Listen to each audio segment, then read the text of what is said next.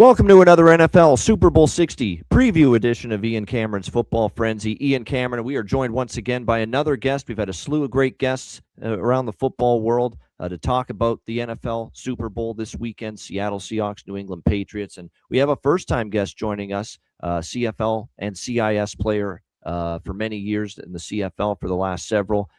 Just told me before the show started, he's planning on getting involved and signing with another team too for the upcoming season. Scott Utter joins us for the first time here on Ian Cameron's Football Frenzy. Scott, good to see you. How are you? Things good? I'm great, Ian. Thanks for having me. No doubt. So before we talk Super Bowl, let's talk about your background here. Played in obviously CIS football, and you've played with a handful of teams in the Canadian Football League here over several years. Just talk about the role you've played and your experience and your background playing the game. It's funny you mentioned that because when I first went to university, I went to Wilfrid Laurier, and it was the CIS, the Canadian Intercollegiate Sport.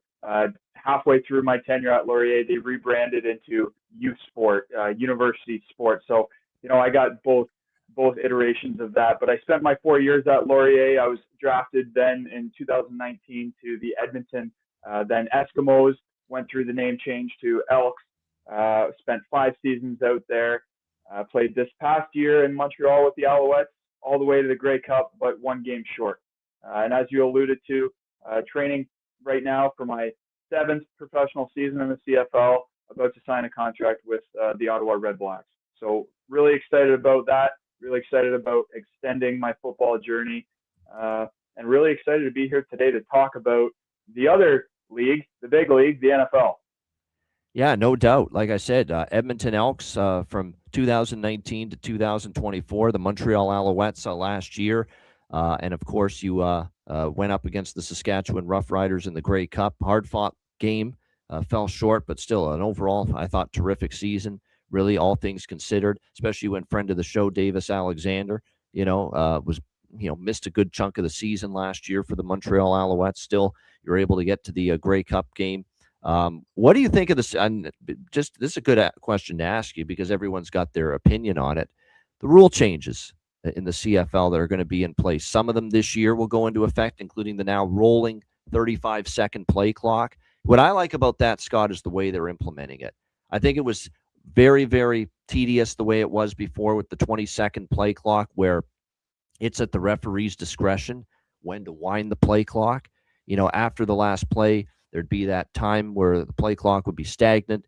He'd have to make sure that everyone's got the right number of people on the field, count everyone up, make sure the ball's lined up, the chains are properly where they need to be. And only after all that took place would the play clock end up being started by the referee. He'd wind the play clock at that point. And it was never consistent. Sometimes it would be, 20 seconds in between plays and the play clock would then start. Sometimes there's, someone hobbled, from the last play injury-wise. Sometimes you'd see 30, 40 seconds until the play clock got started again for the next play, for the next snap. It was never consistent. And so the 35-second rolling play clock, very similar to what we see in the NFL and U.S. college football, eliminates that. But the concern was that inside the 3-minute warning, Scott, second quarter, fourth quarter, that it would really take away from more plays, more snaps, and take away some of that comeback element that we see in the CFL in the final 3 minutes, where no lead is safe. Teams are able to come back from a one-score deficit or sometimes even two-possession deficit in the last 3 minutes, but they are going to keep the existing clock rules inside 3 minutes left in the half going, which is obviously stopping the clock after every play. And then, of course, it would go back to 20, and then they would wind it at that point. Once the ball is lined up and players are counted on the field, which I like. I like the way they did it. They're going to keep the old play clock rules for inside 3 minutes left in the first half and in the fourth quarter, which will lead to those frantic finishes, the opportunities for comebacks and more plays late in the game, like we've always loved about the CFL for years and decades, while at the same time outside the 3-minute warning, going to that rolling 35-second play clock, which means more plays, more snaps, and probably more excitement when it comes to watching CFL football. So I like the play clock element of the rule changes more than anything. I mean, it's take it or leave it for me, Scott, with the change in the field size. Going from 55 yards on each side, 110 yards to the 100 yards, 50 on each side, like we see in the NFL and U.S. college football. For me, I'm okay with that. If they had kept it the old way, I'd be cool with it. They've changed it to this. I'm okay with that.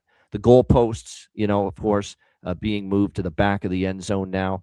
That I must say I like, because I always got frustrated, Scott, when my quarterback looks like he's got a wide open receiver, throws a beautiful arcing ball, and it hits the upright and dead ball, incomplete. So, and plus, from an injury standpoint, you get it out of there. No one's going to eventually, have an accident or run into it or anything like that. So I'm okay with that. So some of these rule changes I like, and I don't think we're completely deviating from the Canadian game. The modified rouge makes sense, where, missing a field goal out the back of the end zone should not award you a point, should not award you a rouge, especially when it was decided that one game. I remember Toronto and Saskatchewan a couple of years ago. So I like that now it's only a single point if they take a knee in the end zone, which I like.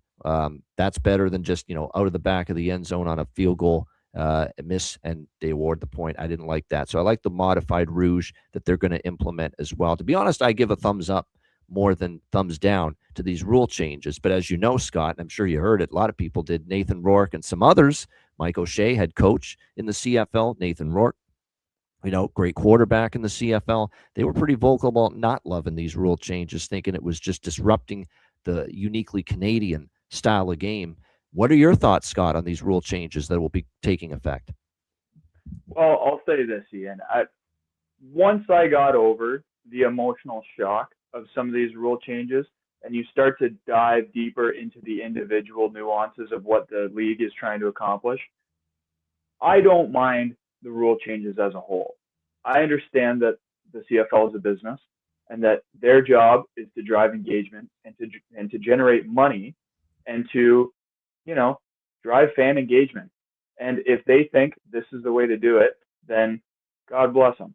You had mentioned some individual rules such as the clock. I agree with you.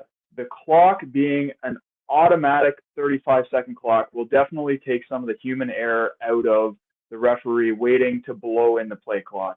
It will definitely lead to some, more plays being run at a more consistent pace. As you said, sometimes the referee would take a little bit longer, they would take a little bit shorter to blow in that play clock. Now, under 3 minutes, like you said, it's still going to be that 20-second play clock with the referee blowing it in. I'm not sure how that's going to operate. Maybe in a couple of years, we see them move to a 35-second play clock, automatic under 3 minutes. Maybe they're just testing the waters on this. I'm not totally sure. But, to me, it doesn't make sense to have two different play clocks. It's just another nuance of the game. We'll see how that goes. That's a fair criticism. Yep. As far as the field size, I don't mind 100 yards. I think out of all the rule changes, that was the most confusing to me, why you would go from a 110-yard field that's distinctly part of your game to a 100-yard field. However, I can see the benefit of trying to fit into more stadiums, trying to move games around, trying to drive fan engagement into different size environments. I can understand that. Moving the goalpost to the back, I think it's going to be a net positive as the league is trying to push for more offense over the middle. There was a situation in the Grey Cup. The Alouettes, we were on the 2-yard line. It was a 2nd and 1 to go, and a short yardage team was trotted out there, and it was a big turnover in the game because we ended up fumbling the ball. That would have been the game tying drive, per se. Goalpost not right in front of you on the 2-yard line. Maybe you leave your offense, your starting offense out there instead of trotting your short yardage out there on a 2nd and 1. Maybe that changes the complexion of the game, right? Maybe you're going to pass the ball over the middle because you don't have the goalpost staring you in the face. So I like that change overall. The one thing that I will miss, and I know a lot of CFL fans are going to miss, is the returnable missed field goal. Those are some of my favorite plays because it's chaotic. And I always say it's punt return against offensive linemen, right? You have all these big hulking offensive linemen running down the field at full speed, trying to catch and tackle someone that is, over 100 pounds, they're minor, and trying to trip up a guy as he zooms down the sideline. And I know that's something that teams talk about week in and week out, and it's unfortunate that that's going to be a part of our game that we lose. But, some good, some bad. I'm excited to see over the next 2 seasons here, because they're kind of implementing it in stages, right? So over the next 2 seasons here, I'm excited to see how some of these rule changes are rolled out and what the product on the field is going to look like, because ultimately we're not going to know until that product on the field is rolled out. And here's the last point I'll make about these rule changes: is in the spirit of growing the league, in the spirit of driving fan engagement, when was the last time that this much talk, positive, negative, indifferent, was generated about the Canadian Football League? This has been a giant talking point around the league. Do you like the rules? Do you not like the rules? What do you think about this rule? What do you think this rule is going to do for strategy? This has been, and these haven't even been implemented yet. This is just a giant talking point. So it's already working. We're just going to have to see if the product on the field matches what the commissioner and the board of governors believe it will. Yeah, that's a great point about it. It's almost like any publicity is good publicity for the CFL, just because it gets people talking. It gets focus on the league. People paying attention, to what these rule changes when they're announced, and it gets people saying, "Oh," then all of a sudden the people are talking CFL football. It's almost like that is a positive that you get from it. You're right about you nailed it about the one thing that I am going to miss, and the one thing I'm not liking about the rule changes is the missed field goal run back. The return from a missed field goal. That you're able to run it back. Like we saw that in an Ottawa-Winnipeg game. I remember last year. Many times we've seen it, a missed field goal, and you're able to bring it out of the end zone and return it the other way for a touchdown. We've seen so many instances of that. The only way that's going to happen, Scott, now is if a field goal attempt comes up woefully short and it lands in the end zone and you're able to return it. But it'd have to be really short for that to happen. Otherwise, it's just going to end up going out the back of the end zone on a missed field goal, and there'll be no possibility for any sort of return. So you can pretty much say that for the most part, the ability to see a returned missed field goal is pretty much gone, with this rule change for sure. But you're right. I think I like more of the rule changes. I'm more positive than negative on them.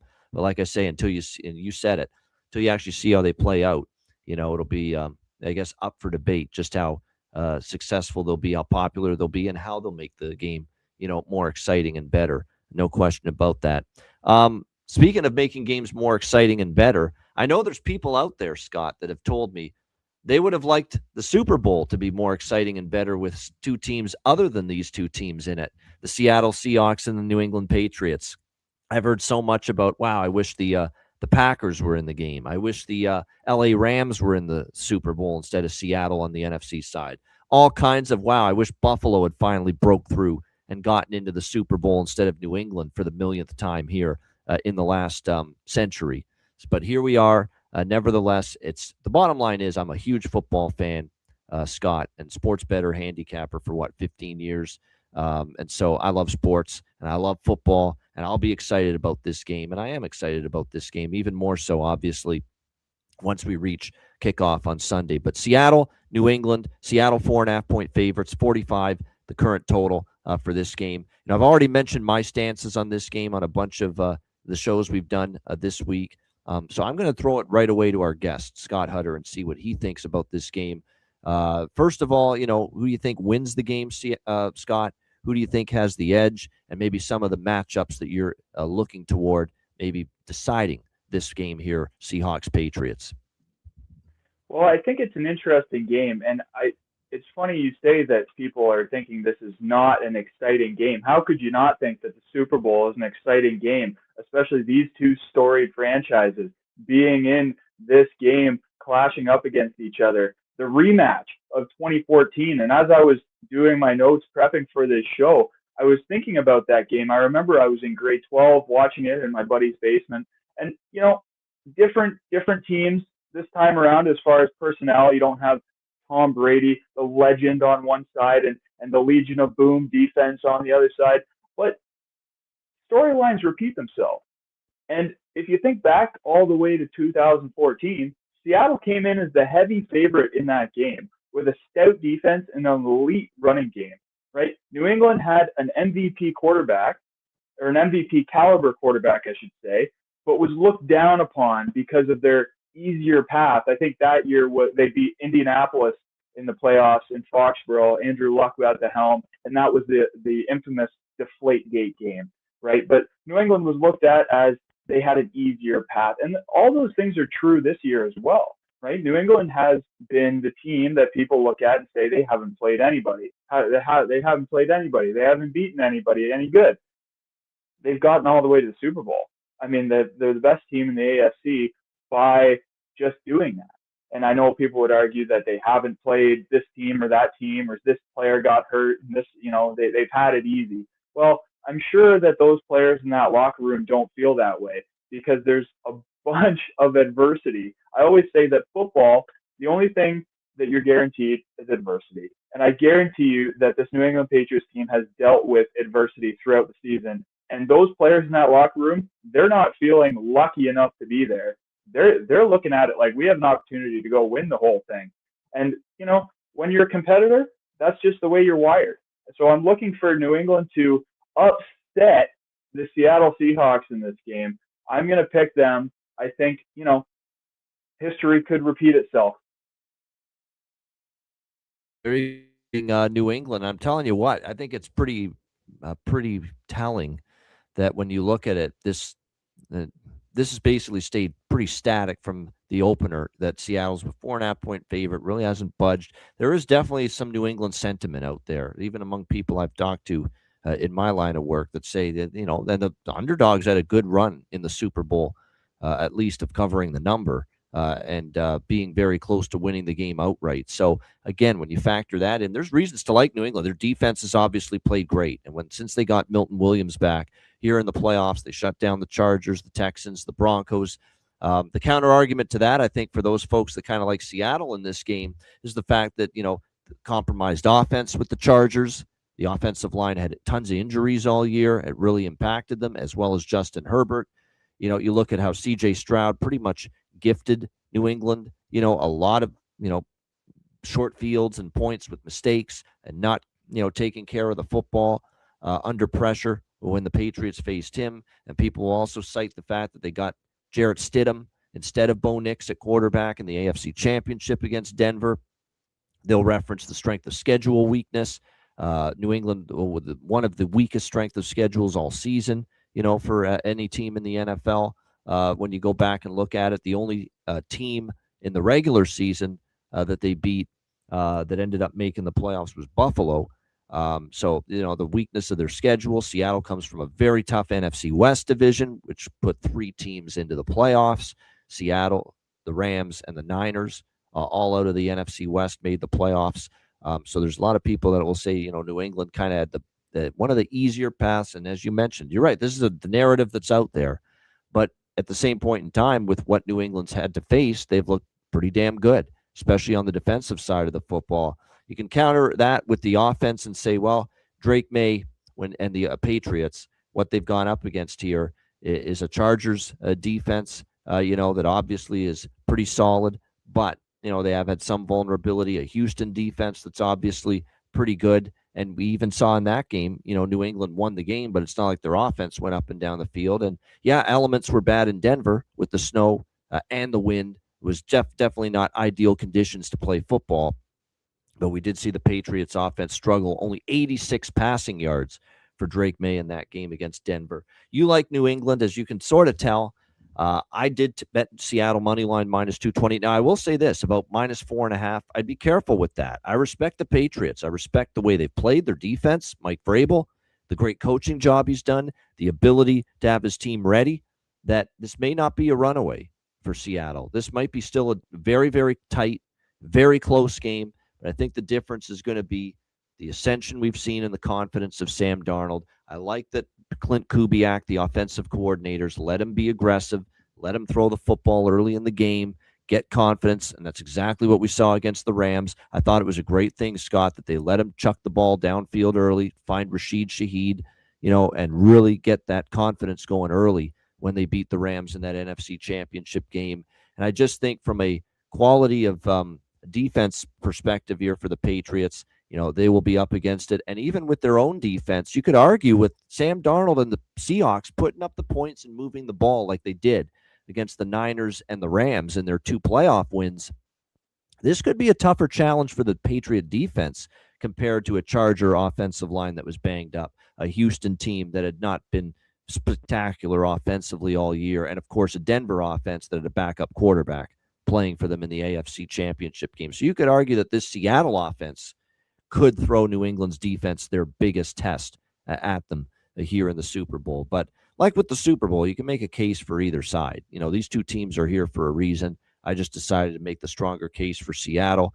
The total, I'm going to look more toward a live total at a lower number because I could see this being a slow start. 2 defensive-minded head coaches like Mike Vrabel and Mike Macdonald could mean a little more cautious, conservative play calling early in the game. And then for the player props that I like, I've mentioned them already, but I think Kenneth Walker over 19.5 receiving yards makes a ton of sense, Scott, because the run defense of both teams is stout. It's tremendous. Both teams have not given up much running the football here in the playoffs. How do you get the ball then in Kenneth Walker's hands if he has trouble running the football against this very stout defensive front of New England? You get it to him in the passing game. You use him to, calm down the blitz, calm down the pass rush. And we saw a lot of that from Sam Darnold against the Rams, where he was dumping the ball off to Kenneth Walker, and Kenneth Walker easily went over his receiving yards number against the Rams. And I think he's got a great chance to do it here as well, over 19.5 receiving yards against New England. I think both tight ends could do some damage, Scott, because if you look at the numbers, they're below average. Both of these teams, one defensive flaw they both have is defending the tight end position. They have given up tight end production this year. So whether it's A.J. Barner, the tight end for Seattle, or Hunter Henry, the tight end for New England. And Hunter Henry had a quiet game against Denver, but suppressed scoring, bad weather conditions, and now you're taking on a Seattle team that has had some issues defending tight ends. This could be the game Hunter Henry steps up again and becomes one of the targets that Drake May looks to in the passing game. So the Hunter Henry receptions and receiving yards props make sense to me. And I'm also going to take a shot again, Scott, with both quarterbacks over their passing yards. For Sam Darnold, it's 225.5. For Drake May, it's 213.5. We're not asking for them to light it up with 300-400 yards passing. We're only asking them to just get a little bit into the 200s. And if both teams struggle to run the football consistently in this game, which I have a feeling they might, it'll force both quarterbacks to probably have to throw the ball maybe more than they initially anticipated. So I think those numbers are low enough with both QBs that we could see Drake May go over 213.5 passing yards and Sam Darnold for Seattle go over 225.5 passing yards. So those are the main props that I've been most interested in here so far. I'm sure I'll add some. I mean, Rashid Shaheed, he only had 1 reception against the Rams, but it was for 51 receiving yards. It was a big play. His receiving yards prop is in that 20.5 range, 21.5. He's just one of these players with his speed and his game-breaking ability. He may only need 1 catch, just like against the Rams, to get over that number. So I don't mind looking at Rashid Shaheed for Seattle over receiving yards here either in this game. Scott, just as far as player matchups, is there anyone you think on either side? It could be a defensive player, too. It doesn't have to be an offensive player. Is there a player on each team that stands out, someone you're looking at that, hey, look out for this player. He could make an impact here on Sunday? It's funny you mentioned defensive players because being a defensive back by trade, I look at this game. I look at two defensive players on each team, one on each team, I should say. On New England's side, it's Carlton Davis III, right? He's had an unbelievable postseason. He's had 2 interceptions in 3 playoff games this year, and this isn't his first rodeo.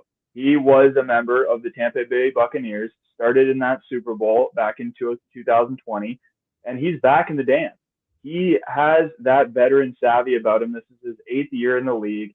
He's going to know how to go into the game emotionally, how to prepare for the game. He's not going to get too excited by the lights, right? He's been there. He's done that. I'm looking for him to have a big game, especially if the Seahawks choose to stay away from Christian Gonzalez. I'm not saying they will, but they might. Christian Gonzalez has had an unbelievable season. He's probably the best corner on that team. So, maybe the game plan is to stay away from him. I'm not saying he's to that level yet. As, I mentioned the Legion of Boom earlier. Richard Sherman was back in the day. People used to throw away from him. Or Darrelle Revis back in the day. People used to say, well, we're just going to stay away from him. But they could lean more towards Carlton Davis' side, and I think he's up to the challenge. On Seattle's side, I'm looking at DeMarcus Lawrence. DeMarcus Lawrence, this is his 12th year in the league, the savvy vet. This is his first Super Bowl appearance. That guy must be hungry. Spent all those years in Dallas, finally getting a chance to play on a Super Bowl contending team. He has just six sacks on the season, which is a little low for his production if you look at his historical production, but 2 sacks in 2 playoff games. He's rolling right now. In Seattle, they only have 3 sacks as a team. So DeMarcus Lawrence has 66% of Seattle's playoff sacks right now. On the other hand, New England has given up 15 sacks in 3 playoff games. You don't think he's looking at the film, licking his chops right now? He is poised to have an absolutely stellar game on the defensive side of the football. So those are 2 guys that I'm really interested in seeing. Now, you mentioned the total number of points being 45. If it was me, and I'm not a betting man, so I'm not going to put up money on this game. But if I was, I would absolutely hammer that under. I would hammer the under. The New England defense in the playoffs, because football is a what have you done for me lately business. In the last couple games in the playoffs, the New England defense has given up 8.7 points per game. Now, you can argue, like you did, that they didn't play great offenses or great quarterbacks, but it doesn't matter. They've given up 8.7 points a game in the playoffs, in the NFL playoffs. On the other side of things, the Seattle Seahawks have given up 16.5 points per game in the playoffs. So I'm looking at those numbers, and I'm saying 45 is way too high. Like you said, 2 defensive-minded head coaches. Super Bowls usually get off to a slower start, kind of a feel-it-out first quarter. Lots of times, maybe you'll go into the second quarter, and it might be 3-0. It might be 0-0. So I think I would hammer that under. And, in terms of passing yards, you had mentioned Sam Darnold. He's averaging 235 per game in the playoffs this playoff run. Drake May, he's averaging 177. So, like you said, those lines aren't set super high, but their production in the last few games here during these playoff runs also haven't been super high. Now, the good thing for Drake May is it's not going to be a snowstorm, so that'll help him out a little bit. Like you said, 2 stout defenses that you think are going to be able to stop the run, so maybe they're going to have to air it out a little bit. But I would be cautious with that line as well. There's a lot of people liking the under, and as you can tell, the number's gone down here so far in this with this total. So yeah, I definitely think it's going to get off to a little bit of a slow start. I think if you're looking to at some kind of over, you'd wait in game to bet it, because I think it could start off slow, or just look toward a prop that I often like in the Super Bowl, and that's the second half to be higher scoring than the first half. That is definitely something that I have been looking at most years when betting the Super Bowl, and that often has been the case where it's just been a little bit cautious early, then it opens up in the second half. And again, these are 2 defensive-minded head coaches. If this was, let's say this was Rams Chiefs Super Bowl, Sean McVay, Andy Reid, could be a little different. That could be a situation where you do get a little more aggression offensively out of the gate. I know a very popular Super Bowl prop that a lot of people like is the first play of the game to be a pass or a run. A lot of people like run chosen as the first play of the game. Not saying it cashes all the time, but it has been a winning prop more often than not in the Super Bowl, that the first play of the game is a run play instead of a pass play. We'll see if that is indeed the case here once again with that game, with this game rather. So Scott is liking New England. I'm liking Seattle, so we're going head-to-head here, head-to-head here in this game. And he also is liking the under. Again, not a betting man, but I will say this before we wrap the show up here, Scott. If there's a favorite pick you had for this game, and it could be one of the props, could be one of the things you mentioned, what would it be? I would take the under on the line of points there. 45 is just way too high for me. Like I said, New England's defense is playing at an all-time level right now. Seattle has an electric defense as well. Sam Darnold had an unbelievable NFC Championship game, but you look back over the season and the first playoff game that they played, it wasn't like he was lighting up the passing yards or the points, anything like that. And on the other side, Drake May has had turnover problems this playoff run. So I'm looking for these defenses to step up. If you want to get into, do the defenses put more points on the board? Maybe that's a conversation to have. But I like the under. I would definitely hammer that under. All right, there you go. Liking the under 45 here with the Seahawks and the Patriots in the Super Bowl for Scott Hutter for this Sunday with the Seahawks and Patriots. Great stuff. By the way, your mic skills are superb, Scott. I mean, really, really good. Very, very good speaker. So great job. Tell everyone too, because you're planning on suiting up, I believe, this upcoming CFL season. What's the latest with Scott Hutter from a CFL playing standpoint? That's right. So in those of you that don't follow the CFL, it's free agency in the Canadian Football League right now. I'm in contract negotiations with the Ottawa Red Blacks to play my 7th season in the CFL there this year in the nation's capital. And, I'm really excited about it. I know a couple other players that have been signed there. Coach Ryan Dinwiddie came up from Toronto. And he's running the whole operation now. He's the GM there now too. Yeah. So he'll be a new voice in the building, and great fan base in Ottawa. It's been some tough years there. I've had some tough years early in my career when I was out in Edmonton. I can understand how frustrated that fan base is, but I'm really excited to try and get out there and work real hard to give them a winner.